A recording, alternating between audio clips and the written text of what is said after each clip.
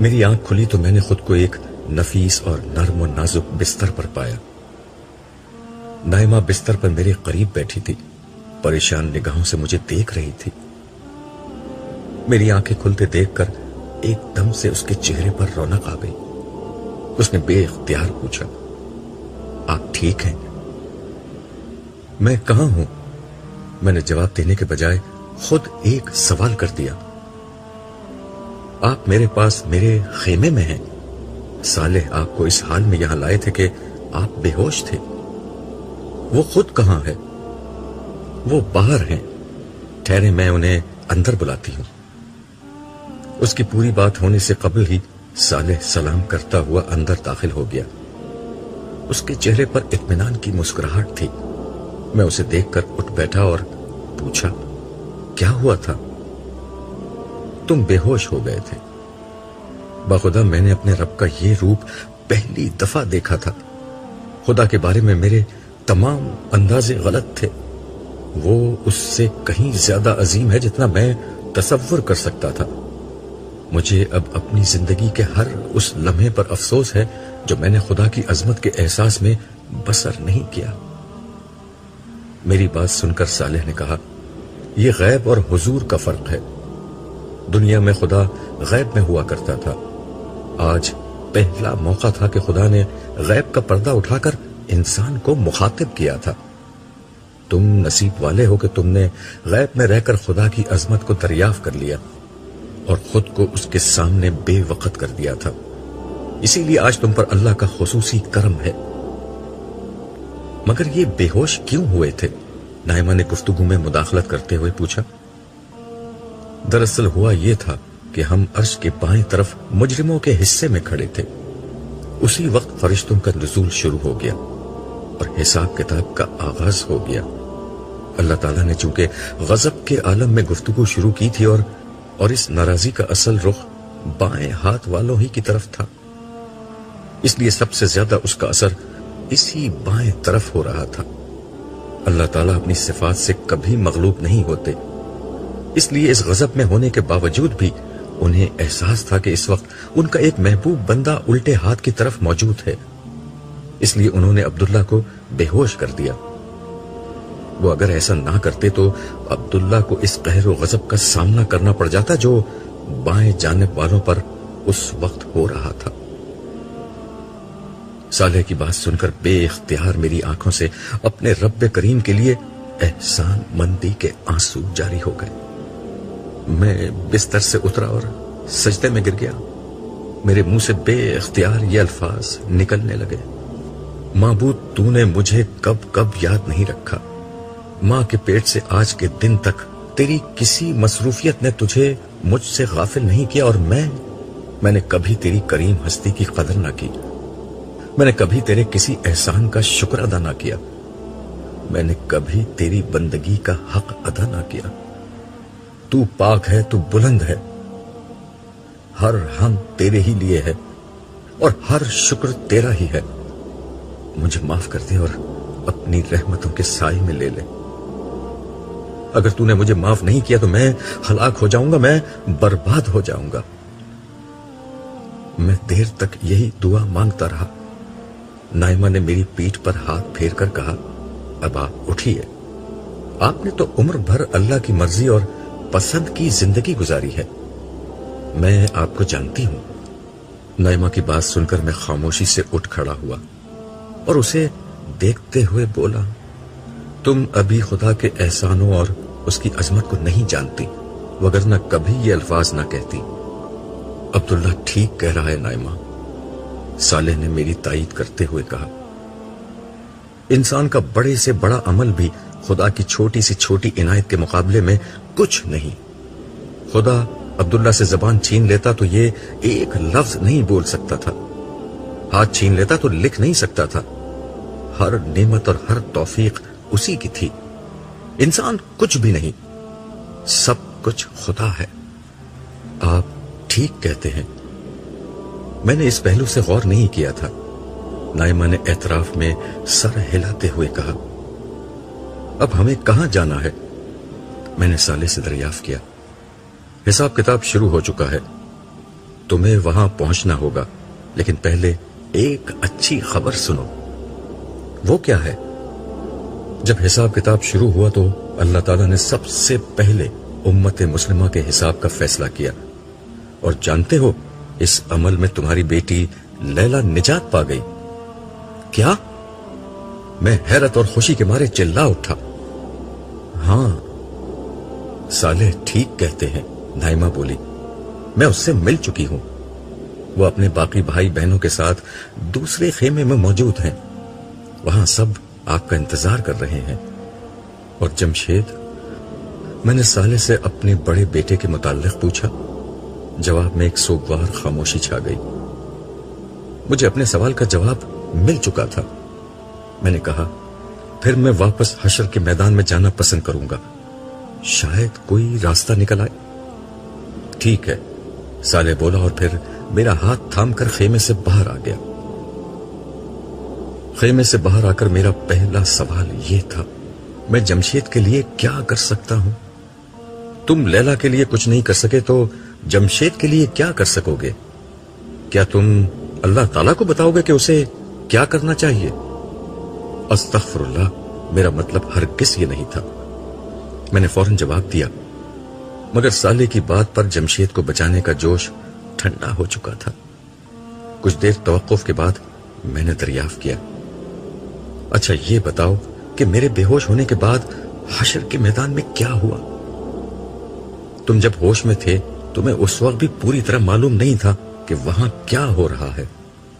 اسے پوچھنا ہے تو کسی مجرم سے پوچھو۔ ادھر گروہ در گروہ فرشتے نازل ہو رہے تھے اور ادھر مجرموں کی جان پر بن رہی تھی۔ پھر جس وقت سجدے میں جانے کا حکم ہوا تو سارے لوگ سجدے میں تھے، اور یہ بدبخت اس وقت بھی خدا کے سامنے سینہ تانے کھڑے تھے۔ یہ ان کی کمر تختہ ہو جانے کا نتیجہ تھا؟ ہاں، یہ ان کی سزا تھی۔ اس کے بعد جب اللہ تعالیٰ نے دریافت کیا کہ میں بادشاہ ہوں، میرے سوا اور بادشاہ کہاں ہیں، اس وقت بھی یہی مجرم سینہ تانے اس کے سامنے کھڑے تھے۔ کاش تم دیکھ سکتے کہ اس وقت ان مجرموں کے ساتھ کیا ہو رہا تھا۔ ان کے دل کٹے جا رہے تھے، کلیجے منہ کو آ رہے تھے، آنکھیں خوف اور دہشت سے پھٹی ہوئی تھی۔ مجرم بے بسی سے اپنی انگلیاں چبا رہے تھے، مگر مجبور تھے کہ اس وقت بھی ساری کائنات کے بادشاہ کے سامنے سینہ تان کر کھڑے رہیں۔ پھر کیا ہوا؟ ظاہر ہے حساب کتاب تو فردن فردن ہونا تھا، لیکن اس موقع پر مجرموں کے سامنے ان کا انجام بالکل نمایاں کر دیا گیا۔ وہ اس طرح کے جہنم کا دہانہ مکمل طور پر کھول دیا گیا، جس کے بعد میدان حشر کے بائیں حصے کا ماحول انتہائی خوفناک ہو گیا۔ جہنم گویا جوش کے مارے ابلی جا رہی تھی۔ ایسا لگ رہا تھا کہ جیسے وہ مجرموں کو دیکھ کر شدت غضب سے پھٹی جا رہی ہو۔ اس کے دھاڑنے کی آواز دور دور تک سنی جا رہی تھی، اور اس کے شعلے بے قابو ہو کر باہر نکلے جا رہے تھے۔ یہ شعلے اتنے بڑے تھے کہ ان سے اٹھنے والی چنگاریاں بڑے بڑے محلات جتنی وسیع و عریض تھیں۔ ان کے بلند ہونے سے آسمان پر گویا زرد اونٹوں کے رقص کا سما سا بن گیا تھا۔ نہ پوچھو کہ یہ سب کچھ دیکھ کر لوگوں کی حالت کیا ہو گئی۔ انہیں محسوس ہو رہا تھا کہ اس سے قبل حشر کی جو سختیاں تھیں وہ کچھ بھی نہیں تھیں۔ حساب کتاب کیسے شروع ہوا؟ سب سے پہلے حضرت آدم کو پکارا گیا، جو پوری انسانیت کے باپ اور پہلے نبی تھے۔ انہوں نے عرض کیا، لبیک، میں حاضر ہوں اور تیری خدمت میں مستعد ہوں، اور سب بھلائیاں تیرے دونوں ہاتھوں میں ہیں۔ اپنی اولاد میں سے اہل جہنم کو الگ کر لو۔ حکم ہوا، کتنوں کو الگ کروں؟ انہوں نے دریافت کیا تو فرمایا گیا، ہر 1000 میں سے 999۔ تم اندازہ نہیں کر سکتے عبداللہ یہ سن کر حشر کے میدان میں کیا کوہرام مچ گیا تھا۔ لیکن اتنی بڑی تعداد میں لوگوں کی جہنم کا فیصلہ کیوں ہوا؟ میں نے دریافت کیا، یہ فیصلہ نہیں، اس بات کا اظہار تھا کہ میدان حشر میں جو لوگ موجود ہیں ان میں 1000 میں سے ایک ہی اس قابل ہے کہ جنت میں جا سکے۔ دراصل انسانیت مجموعی طور پر ایمان و اخلاق کے امتحان میں بری طرح فیل ہوئی ہے۔ چنانچہ اللہ تعالیٰ کے عدل کے تحت اصولی طور پر اتنے ہی لوگ جہنم کے مستحق ہو چکے ہیں، مگر جیسا کہ رسول اللہ صلی اللہ علیہ وسلم نے دنیا میں بتا دیا تھا کہ اللہ تعالیٰ کی رحمت کے 100 حصے کیے جائیں تو اس کی رحمت کا صرف ایک حصہ دنیا میں ظاہر ہوا تھا، اور باقی 99 حصے اس نے آج کے دن کے لیے روک رکھے تھے۔ چنانچہ اس کی رحمت کا ظہور ہوا اور اس نے ناکام لوگوں کی جہنم کا فیصلہ سنانے کے بجائے پہلے مرحلے پر ان لوگوں کو بلانے کا فیصلہ کیا جن کے کامیاب ہونے اور نجات پانے کے امکانات سب سے زیادہ تھے۔ یعنی مجموعی طور پر اچھے لوگ؟ ہاں، ہر امت کے ان لوگوں کو جن کی نجات بس ایک رسمی حساب کتاب کا تقاضا کرتی ہے۔ اس عمل کا آغاز امت مسلمہ سے شروع ہو چکا ہے، مگر دیگر امتوں کا نمبر بھی جلد آ جائے گا، کیونکہ کل انسانی آبادی میں سے ایسے لوگ صرف 1% ہی ہیں۔ باقی لوگوں کا معاملہ وہ بعد میں دیکھیں گے۔ اس کا فائدہ یہ ہوگا کہ اگر حشر کی سختی کسی کے گناہوں کا بدل بن سکتی ہے تو بن جائے۔ یہ کہنے کے بعد صالح لمحے بھر کو رکا اور پھر تعصب سے بولا، ویسے میں دوسرے لوگوں کے لیے زیادہ امکانات نہیں دیکھتا۔ کیوں؟ میں نے پوچھا۔ اس کی وجہ شرک ہے۔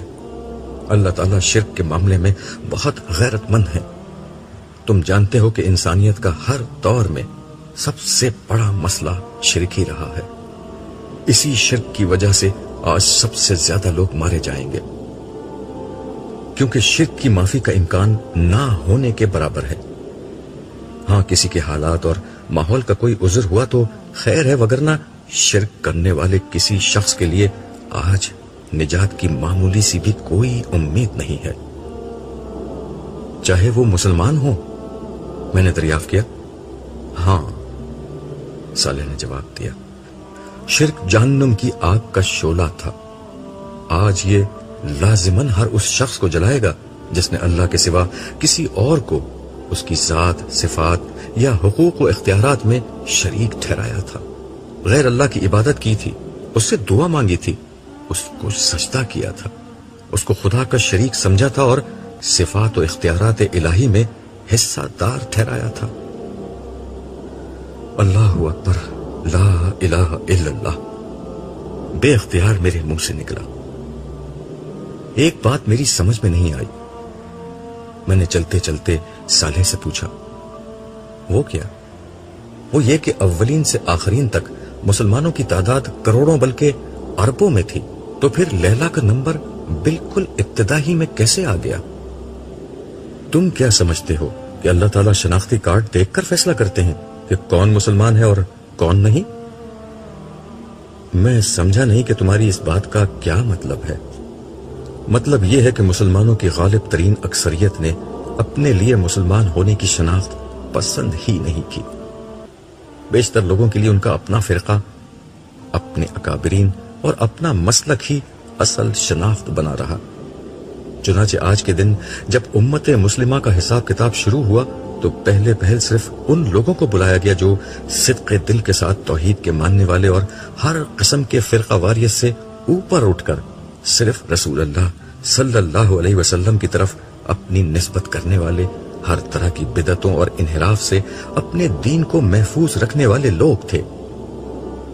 یہ وہ لوگ تھے جنہوں نے کبھی حق کے معاملے میں اپنے تعصبات اور وابستگیوں کو اہمیت نہیں دی۔ جب کبھی حق سامنے آیا تو انہوں نے کھلے دل سے اسے قبول کیا۔ ایسے لوگوں میں عرش کے سائے تلے کھڑے صالحین بھی شامل تھے، اور وہ لوگ بھی جن کے اچھے اعمال کے ساتھ برے رویے بھی ملے ہوئے تھے، اور اسی بنا پر وہ میدان حشر میں کھڑے تھے۔ مگر اللہ تعالیٰ کی ذات کریم نے ان کے برے اعمال کو نظر انداز کر دیا اور نیک اعمال کی بنا پر نجات کا پروانہ ان کے ہاتھ میں تھما دیا۔ ایسے لوگوں کی تعداد بہت کم تھی، اس لیے تمہاری بیٹی لیلا کا نمبر جلدی آ گیا۔ وہ کم از کم اس معاملے میں بالکل پکی نکلی تھی۔ جو اس کی عملی کمزوریاں تھیں وہ حشر کی سختی جھیلنے کی بنا پر قابل مؤاخذہ قرار نہیں پائیں، بلکہ رب کریم نے کمال عنایت سے اسے بھی تمہارے ساتھ کر دیا، حالانکہ اس کے عمل تمہارے جیسے نہیں تھے، مگر میرا حساب کتاب اور فیصلہ تو ابھی ہوا نہیں۔ تم اس وقت جہاں ہو اس کا مطلب ہی یہ ہے کہ فیصلہ ہو چکا ہے، البتہ اعلان ابھی نہیں ہوا۔ اور بے فکر رہو، حشر کے دن کے اختتام پر سب سے آخر میں ہوگا۔ ایسا کیوں؟ میں نے دریافت کیا تو صالح نے وضاحت کی۔ میں نے پہلے تمہیں بتایا تھا کہ 4 قسم کے لوگ ہیں جن کی نجات کا فیصلہ موت کے وقت ہی ہو جاتا ہے، یعنی انبیاء، صدیقین، شہداء اور صالحین۔ میں نے اسبات میں گردن ہلائی۔ صالح نے اپنی بات جاری رکھی۔ ان میں سے انبیاء اور شہداء وہ لوگ ہیں جن کا اصل کارنامہ عام لوگوں پر دین حق کی شہادت دینا اور توحید و آخرت کی طرف لوگوں کو بلانا ہے۔ آج قیامت کے دن ان دونوں گروہوں کے افراد اپنی اس شہادت کی روداد اللہ کے حضور پیش کریں گے جو انہوں نے دنیا میں لوگوں پر دی تھی۔ اس طرح لوگوں کے پاس یہ عذر نہیں رہ جائے گا کہ حق اور سچائی انہیں معلوم نہیں ہو سکی، کیونکہ یہ انبیاء اور شہداء سچائی کو کھول کھول کر بیان کرتے رہے تھے۔ چنانچہ اس شہادت کی بنیاد پر لوگوں کا احتساب ہوگا اور ان کی ابدی مستقبل کا فیصلہ کر دیا جائے گا۔ یہ فیصلے ہوتے رہیں گے یہاں تک کہ سارے انسان نمٹ جائیں گے، اور آخر میں تمہارے جیسے سارے شہداؤں کو بلا کر ان کی کامیابی کا اعلان کیا جائے گا۔ اس کے بعد پھر کہیں جا کر لوگوں کو جنت اور جہنم کی طرف روانہ کیا جائے گا۔ تو اس کا مطلب یہ ہے کہ لوگ فوراً جنت یا جہنم میں نہیں جائیں گے؟ نہیں، فوراً نہیں جائیں گے، بلکہ ایک ایک شخص کا حساب کتاب ہوتا جائے گا۔ اگر وہ کامیاب ہے تو سیدھے ہاتھ کی طرف عزت و آسائش میں، اور ناکام ہے تو الٹے ہاتھ کی طرف ذلت اور عذاب میں کھڑا کر دیا جائے گا۔ جب سب لوگوں کا حساب کتاب ہو جائے گا تو پھر لوگ گروہ در گروہ جنت اور جہنم کی طرف لے جائے جائیں گے۔ اور سب سے پہلے رسول اللہ صلی اللہ علیہ وسلم جنت کا دروازہ کھلوائیں گے، اور پھر اہل جنت زبردست استقبال اور سلام و خیر و مقدم کے ساتھ جنت میں داخل ہوں گے۔ اس وقت رسول اللہ صلی اللہ علیہ وسلم کہاں ہیں؟ اس وقت حضور حوض کوثر کے پاس ہیں۔ آپ کی امت میں سے جس کسی کا حساب کتاب ہو جاتا ہے اور وہ کامیاب ہوتا ہے تو اسے پہلے حضور کے پاس لایا جاتا ہے، جہاں جام کوثر سے اس کی تواضع ہوتی ہے، جس کے بعد وہ نہ صرف حشر کی ساری سختی اور پیاس بھول جاتا ہے بلکہ آئندہ پھر کبھی پیاسا نہیں ہوتا۔ ویسے تمہیں جام کوثر یاد ہوگا، کیوں نہیں؟ میں نے جواب دیا۔ صالح کی باتیں سن کر میرے دل میں رسول اللہ صلی اللہ علیہ وسلم سے ملاقات کا اشتیاق پیدا ہو گیا۔ میں نے صالح سے کہا، کیوں نہ ہم پہلے بارگاہ رسالت میں حاضر ہو جائیں؟ ابھی میری زبان سے جملہ نکلا ہی تھا کہ ایک صدا بلند ہوئی، امت محمدیہ کے کامیاب لوگوں کا حساب مکمل ہو گیا ہے، اب امت عیسوی کا حساب شروع ہو رہا ہے۔ عیسیٰ ابن مریم مسیح علیہ السلام اللہ کے رسول اور بنی اسرائیل کے آخری پیغمبر پروردگار عالم کی بارگاہ میں حاضر ہوں۔ میں نے سوالیہ نظروں سے صالح کو دیکھا تو اس نے کہا، اب حضرت عیسیٰ اپنی قوم پر گواہی دیں گے، وہ اللہ تعالیٰ کے سوال کے جواب میں اپنی تعلیمات کا خلاصہ پیش کریں گے۔ یہ اپنی قوم کے مجرموں کے خلاف ان کی شہادت ہوگی، اور صحیح عقیدے اور عمل والوں کے حق میں یہ ایک نوعیت کی شفاعت بن جائے گی۔ اس کے بعد ان کی امت میں سے جن لوگوں کے عقیدے بالکل اس تعلیم کے مطابق ہوئے، ان کی غلطیاں اللہ تعالیٰ نظر انداز کر دیں گے، اور سرسری حساب کتاب کے بعد وہ سب کامیاب قرار پائیں گے۔ کیا یہی کچھ مسلمانوں کے معاملے میں ہوا تھا؟ ہاں، سب سے پہلے نبی و آخر الزماں کو بلایا گیا تھا اور انہوں نے گواہی دی تھی۔ یہ گواہی آپ کا انکار کرنے اور آپ کی نافرمانی کرنے والوں کے خلاف ایک شہادت بن گئی۔ کاش تم وہ منظر دیکھ لیتے جب ان میں سے ہر شخص کی خواہش یہ ہو گئی تھی کہ زمین پھٹے اور وہ اس میں سما جائے۔ البتہ یہ شہادت لیلا جیسے لوگوں کے حق میں شفاعت بن گئی۔ اس کا مطلب یہ ہے کہ ابھی امت مسلمہ کے صرف ان لوگوں کو نجات ملی ہے جن کا عقیدہ و عمل حضور کی تعلیمات کے مطابق تھا۔ ہاں، ان کی غلطیاں نظر انداز کر دی گئی ہیں، اور یہی دیگر انبیاء کی امتوں کے ساتھ ہوگا۔ انبیاء کی امتوں کے ان لوگوں کو نجات مل جائے گی جن کا عقیدہ و عمل مجموعی طور پر اپنے نبی کی تعلیمات کے مطابق تھا۔ اس کے بعد میدان حشر میں صرف مجرم اور نافرمان ہی فیصلے کے منتظر رہ جائیں گے۔ پھر کیا ہوگا؟ اس کے بعد عمومی حساب کتاب شروع ہوگا۔ عمومی حساب کتاب؟ میں نے سوالیہ انداز میں پوچھا تو صالح نے کہا، تمام امتوں کے حساب کتاب کا پہلا مرحلہ وہ ہے جس میں صالحین کی کامیابی کا اعلان ہو رہا ہے، اور لیلا جیسے لوگوں کو رسمی حساب کتاب کے بعد فارغ کیا جا رہا ہے۔ اس کے بعد عمومی حساب کتاب شروع ہوگا جس میں اعمال کی پوری جانچ پڑتال کے بعد فیصلہ ہوگا۔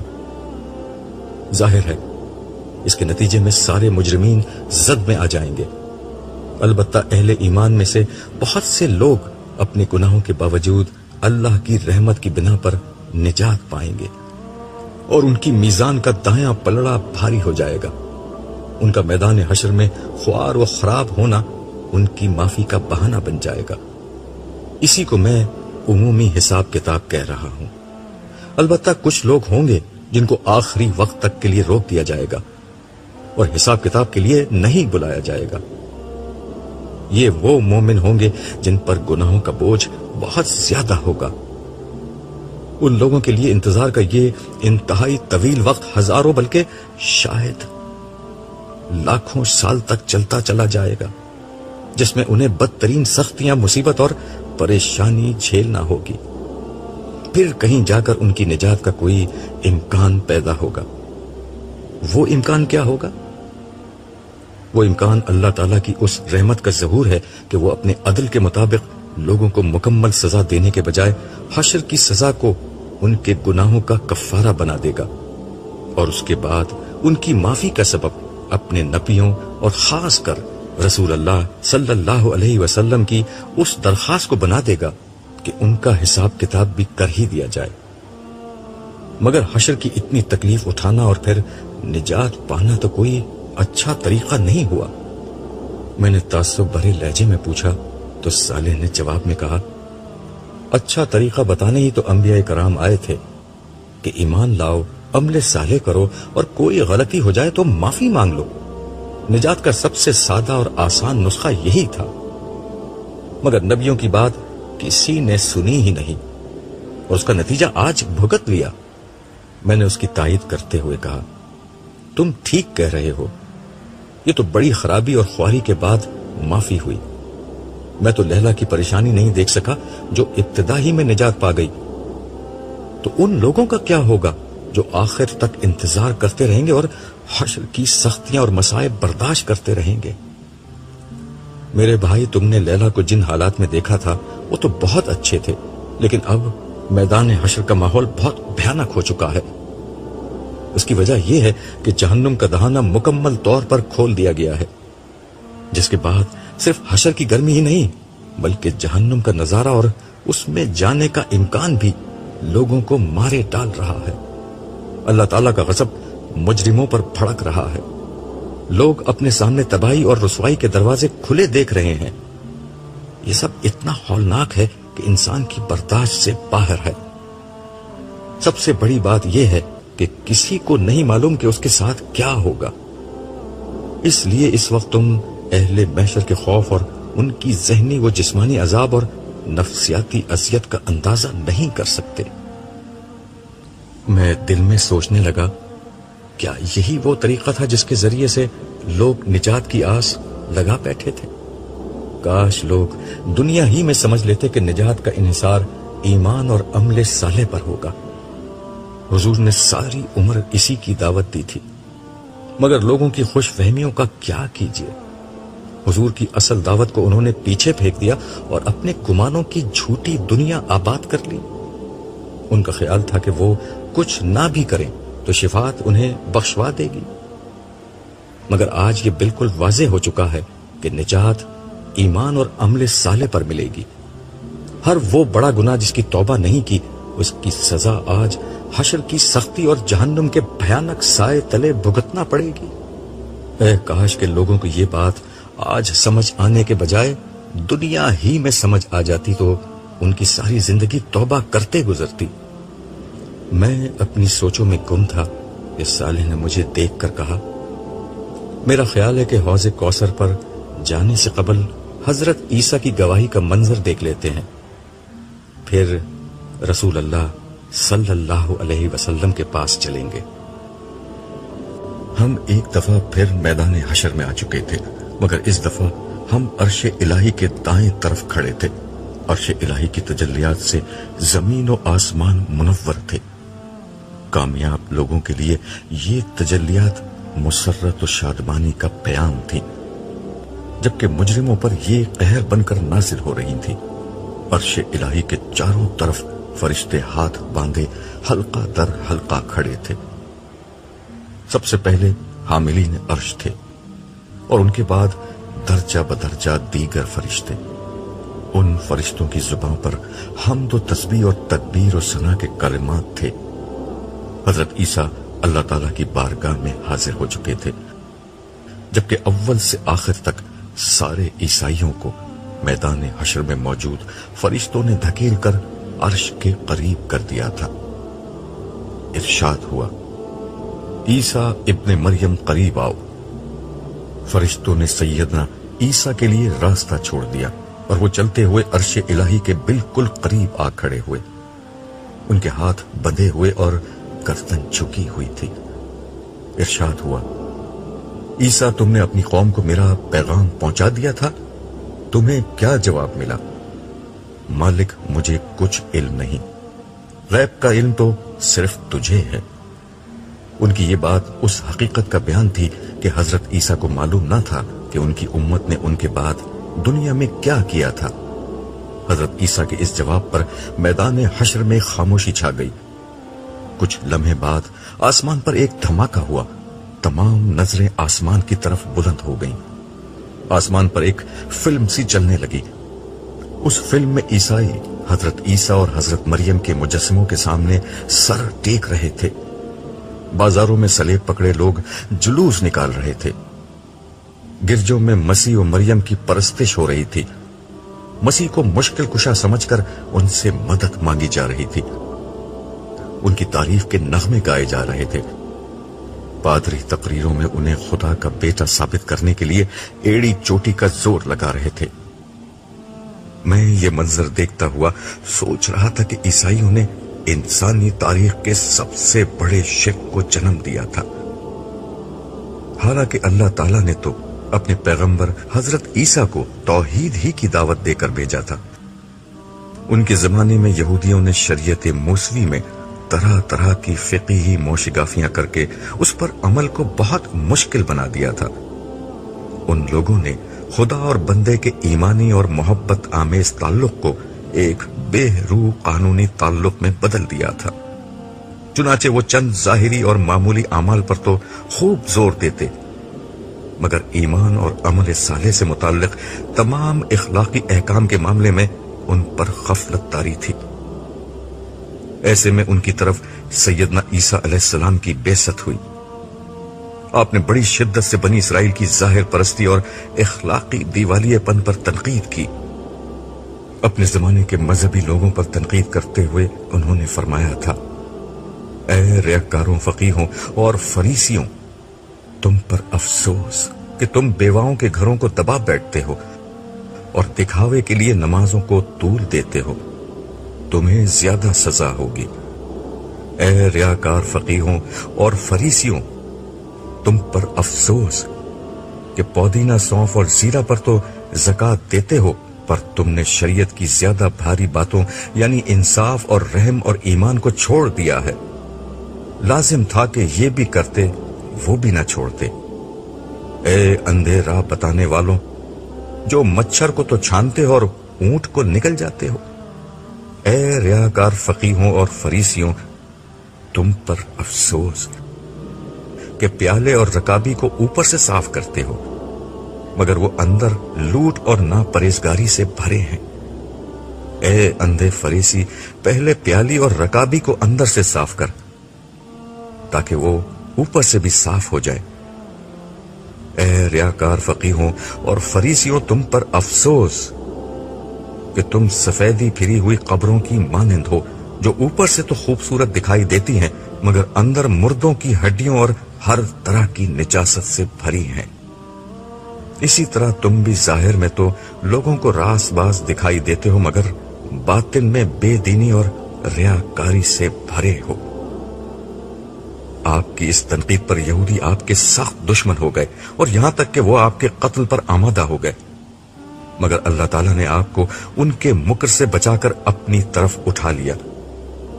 بدقسمتی سے مسیح کے بعد سینٹ پال نامی آپ کے کٹر یہودی دشمن نے آپ کی پیروی کا لباس پہن کر آپ کی پوری تعلیمات کو مسخ کر کے رکھ دیا۔ ایک طرف اس نے اعلان کیا کہ شریعت کی پابندی صرف یہودیوں کے لیے ضروری ہے، دیگر لوگوں کے لیے نہیں۔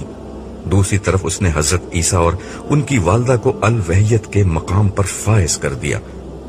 چنانچہ آہستہ آہستہ عیسائیت دنیا کا سب سے بڑا مشرکانہ مذہب بن گیا۔ عیسائی مسیح کو خدا کا بیٹا سمجھتے، مشکل کشا سمجھ کر ہر مصیبت میں ان کا نام لیتے، مگر یہ ایک جھوٹ تھا جس کا جھوٹ ہونا آج بالکل کھل گیا ہے۔ میں یہ سب سوچ ہی رہا تھا کہ میدان حشر میں عیسائیوں کے رونے کی صدائیں بلند ہونے لگی۔ عیسائیوں کو اپنے کرتوت صاف نظر آ گئے تھے اور ان کا بھیانک انجام جہنم کی شکل میں منہ کھولے ان کے سامنے کھڑا تھا۔ یکا یک بہت سے مسیحی چلانے لگے، خداوند ہم نے مسیح کی تعلیمات پر عمل کیا تھا، تو نے اپنے مسیح کو ہماری طرف بھیجا، اس نے ہمیں بتایا کہ وہ تیرا بیٹا ہے جسے تو نے ہماری نجات کے لیے بھیجا ہے۔ ایک تیز ڈانٹ فضا میں بلند ہوئی اور سب لوگ ٹھٹک کر خاموش ہو گئے۔ مسیح سے پوچھا گیا، عیسیٰ، کیا تم نے ان لوگوں سے کہا تھا کہ اللہ کو چھوڑ کر مجھے اور میری ماں کو اپنا معبود بنا لو؟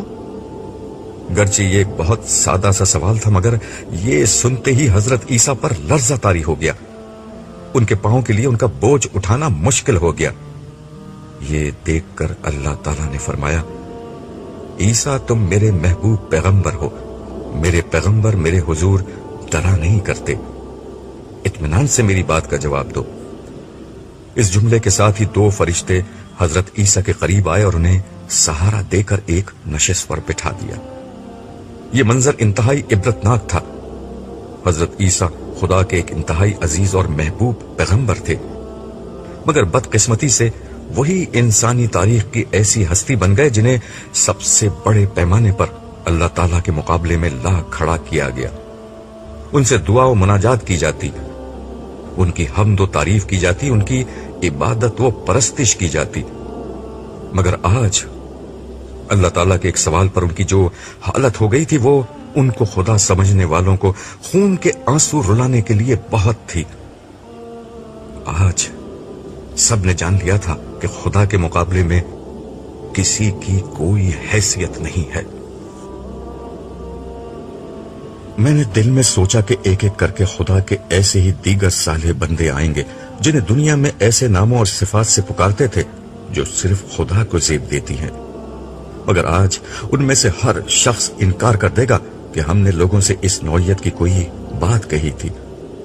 ہر ایک کا حال یہ ہوگا کہ مسیح کی طرح کسی میں بھی خدا کے سامنے کھڑے ہونے کی طاقت نہیں ہوگی۔ کاش ان کے نام پر دھوکہ کھانے والے لوگ خدا کی یہ عظمت پہلے ہی دریافت کر لیتے۔ کاش لوگ انسانوں کو خدا کے مقابلے میں نہ لے کر آتے۔ اس دوران میں حضرت عیسیٰ پر سے خشیت الہی کا غلبہ کچھ کم ہوا تو وہ کرسی سے کھڑے ہوئے اور عرض کرنے لگے، آقا تو پاک ہے، میرے لیے کیسے روا تھا کہ میں وہ بات کہوں جس کا مجھے کوئی حق نہیں۔ اگر میں نے یہ بات کہی ہوتی تو تو اسے جانتا ہوتا۔ میں نے تو ان سے وہی بات کہی جس کا تو نے مجھے حکم دیا کہ اللہ کی بندگی کرو جو میرا بھی رب ہے اور تمہارا رب بھی، اور میں ان پر گواہ رہا جب تک ان میں موجود رہا۔ پھر جب تو نے مجھے اٹھا لیا تو تو ہی ان پر نگراں رہا، اور تو ہر چیز پر گواہ ہے۔ اگر تو ان کو سزا دے تو یہ تیرے بندے ہیں، اور اگر تو انہیں بخش دے تو غالب اور حکمت والا ہے۔ یہ سن کر اللہ تعالیٰ نے فرمایا، آج صرف سچائی اپنے اختیار کرنے والے سچے لوگوں کو فائدہ دے سکے گی۔ پھر حضرت عیسیٰ کو رخصت کر دیا گیا اور فرشتوں کو حکم ہوا، عیسیٰ کی امت میں سے جس کسی کا علم اور عمل عیسیٰ کے پیغام کے مطابق ہے، اسے ہمارے حضور